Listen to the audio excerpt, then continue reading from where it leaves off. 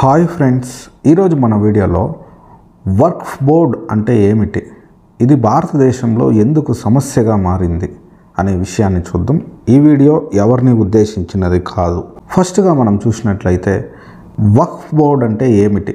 Islamic సాంప్రదాయంలో వక్ఫ్ board అంటే ముస్లిం వ్యక్తి ధార్మిక లేదా సామాజిక ప్రయోజనాల కోసం భూమిని లేదా ఆస్తిని శాశ్వతంగా దానం చేయడం. ఒకసారి వక్ఫ్ చేసిన ఆస్తిని అమ్మలేరు, ఇవ్వలేరు, వారసత్వంగా ఇవ్వలేరు. వక్ఫ్ బోర్డ్ అంటే ఏమిటి? వక్ఫ్ ఆస్తుల నిర్వహణ కోసం 1954లో భారత ప్రభుత్వం వక్ఫ్ చట్టం ద్వారా రాష్ట్రాల వారీగా వక్ఫ్ బోర్డులను ఏర్పరిచింది. ఈ బోర్డు వక్ఫ్ ఆస్తుల రికార్డులను నిర్వహిస్తుంది. భారత్లో వక్ఫ్ ఆస్తుల పరిమాణం ఎంత ఉందని చూసేటప్పుడు భారతదేశంలో 6 లక్షలకు పైగా వక్ఫ్ ఆస్తులు ఉన్నాయి. మసీదులు, సమాధులు, పాఠశాలలు, మార్కెట్లు మరియు వ్యవసాయ భూములు. ఇది దేశంలోనే పెద్ద స్థలాలు యజమానుల్లో ఒకటిగా ఉంది.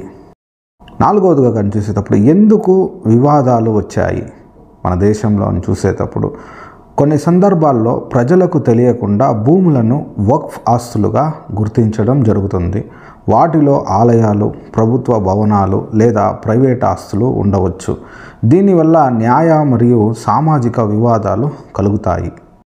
5వ పాయింట్ని కానీ చూసినట్లయితే ఆక్రమణలు మరియు రాజకీయ విమర్శలు. వక్ఫ్ ఆస్తుల అక్రమ నిర్మాణాలు, రాజకీయ హస్తం వంటి ఆరోపణలు వస్తున్నాయి. కొన్ని వర్గాలు వక్ఫ్ బోర్డు పారదర్శకంగా పనిచేయడం లేదని చెబుతున్నారు. న్యాయపరమైన కేసులు. ఈ విషయంలో చూసేటప్పుడు వక్ఫ్ భూములపై చాలా వివాదాలు కోర్టులో ఉన్నాయి. వక్ఫ్ ట్రిబ్యునల్స్ ఉన్నప్పటికీ అవి తక్కువ వరుసలో పనిచేస్తున్నాయి. మన వీడియో ముగించేటప్పుడు వక్ఫ్ ధార్మిక సేవకు ఉద్దేశించినదే అయినా దాని దుర్వినియోగం మరియు వివాదాల కారణంగా వాదనలు పెరిగాయి.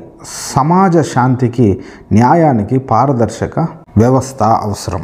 ఇప్పుడు దాకా మీరు వక్ఫ్ అంటే ఏంది, ఇది మన దేశంలో ఎంత స్థాయిలో ఉంది, దీని ద్వారా ఎందుకు సమస్యలు వస్తున్నాయని ఈ 3 విషయాల్ని ఈ వీడియోలో మాట్లాడుకుందాం.